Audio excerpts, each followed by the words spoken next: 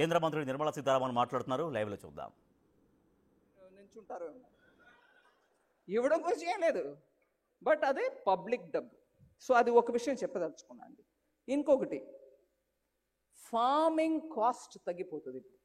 ఎందుకంటే ఫార్మ్ ఇన్పుట్స్గా ఉన్న ప్రతి ఒక్క ప్రోడక్ట్కు కూడా రేట్ తగ్గించేసాం, 5%కి తీసుకొచ్చేసాం. ఇంకొకటి, ఫార్మర్ ఇన్కమ్, దీనివల్ల బెటర్ క్వాలిటీ సీడ్స్ తక్కువ ధరకి దొరుకుతుంది. ఫర్టిలైజర్ ప్రైసెస్ కూడా డిఫరెన్స్ వస్తుంది.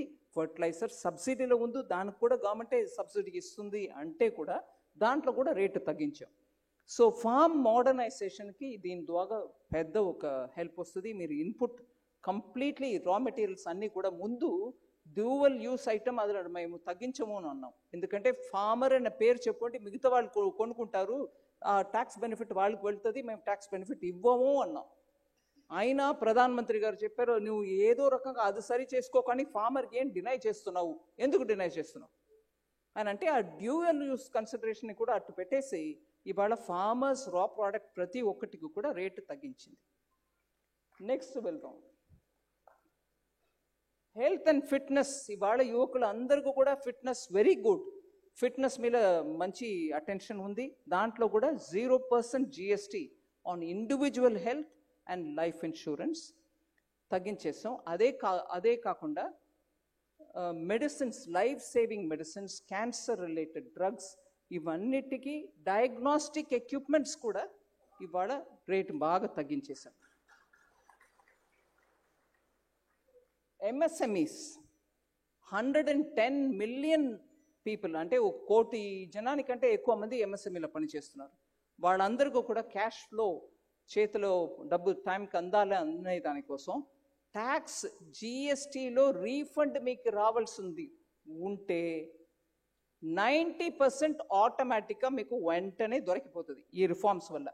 ఇప్పుడు వచ్చే జిఎస్టీ 2.0లో మీ రీఫండ్ మా దగ్గర ఉంటే automatically 90% of that refund will reach you.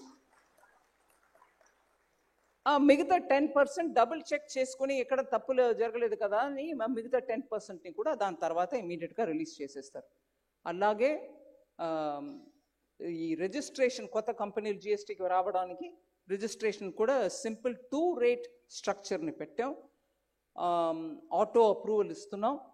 Burden small businesses మీద కంప్లయన్స్ అనే దీని మీద బర్డన్ ఉండదు. 30% ఫాస్టర్ లాజిస్టిక్స్, లోవర్ కాస్ట్, ఇవన్నిటి కూడా లెవెల్ ప్లేయింగ్ ఫీల్డ్ తీసుకురావడానికి ఆస్కారం ఉంది. ఎంఎస్ఎంఈకి ఇది పెద్ద ఒక అడ్వాంటేజ్. 90% ఇన్వర్టెడ్ డ్యూటీ స్ట్రక్చర్ని కరెక్ట్ చేసేస్తాం. అందువల్ల రీఫండ్, క్రెడిట్ మిగిలిపోతుంది. ఆ క్రెడిట్ని పెట్టుకుంటే ఏం చేస్తాం, ఆ ప్రాబ్లం మెజారిటీ క్లియర్ అప్ చేసాం. But if there is anything pending will further look at it. So ఒక్కసారి మేజర్ ఎకానమీకి ఒక బూస్ట్ ఇవ్వాలని ఇన్ని స్టెప్స్ తీసుకొచ్చాం. మీరు నంబర్ 1లో చూస్తే ఆత్మనిర్భర్ భారత్ కోసం raw materials, packaging materials, farm goods అన్నిట్లో కూడా కంప్లీట్గా రేట్ రిడక్షన్ అయిపోయింది. నంబర్ 2, ఇన్వర్టెడ్ డ్యూటీ స్ట్రక్చర్ అన్నిటిని కూడా ఫ్రీ అప్ చేస్తున్నాం. జనానికి క్యాపిటల్ వాళ్ళ చేతిలో ఉండాలి. Taxes on inputs no longer higher than tax on final goods. జిఎస్టీలో వచ్చే మెయిన్ అండర్స్టాండింగ్ ప్రాబ్లం ఏంటి, నేను అమ్ముతున్నప్పుడు ఒక రేట్ ట్యాక్స్, కొనే సామాన్కి ఇంకో రేట్ ట్యాక్స్, దీని మధ్యలో వచ్చే డిఫరెన్స్ని నేను ఎలా సరిపెట్టుకోవాలి. దాన్ని 90% క్లియర్ చేసాం, కరెక్షన్ కూడా చేసేసాం.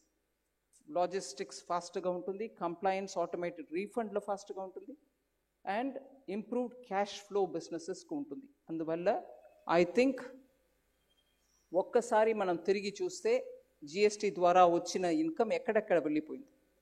ఇన్ఫ్రాస్ట్రక్చర్ 144 వందే భారత్ ఎక్స్ప్రెస్ తీసుకొచ్చాం, ఎక్కడి నుంచి వచ్చింది డబ్బు.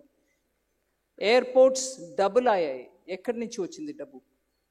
60% కంటే ఎక్కువ హైవేస్ కొత్తగా కట్టాం, ఎక్కడి నుంచి వచ్చింది డబ్బు.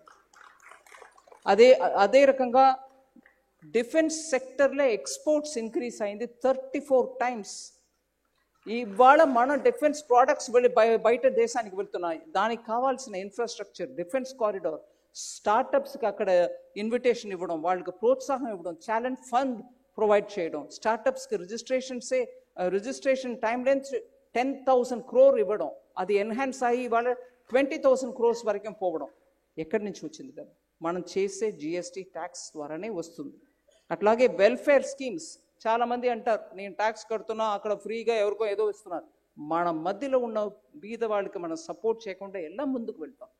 ప్రధాన మంత్రి గారు కమిట్మెంట్ దాంట్లో ఉంది కాబట్టి 90 times more increase in DBT transfer.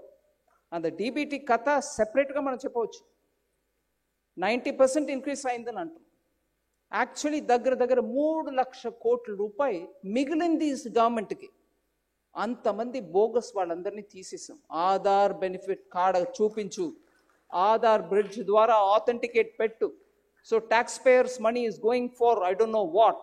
మేము మిడిల్ క్లాస్ పే చేస్తున్నాం. నేను మిడిల్ క్లాస్ తాం బాబు, నేను ట్యాక్స్ ఇవ్వడం పే చేస్తాం, ముందు పే చేశాను. మన డబ్బుని సరిగా యూజ్ చేసే గవర్నమెంట్ మనకు కావాలి. ఇక జీఎస్టీ స్లాబుల్లో మార్పులు చేశాం, దీని ద్వారా అన్ని వర్గాలకు లాభం జరుగుతుందని చెబుతున్నారు కేంద్ర ఆర్థిక మంత్రి నిర్మలా సీతారామన్.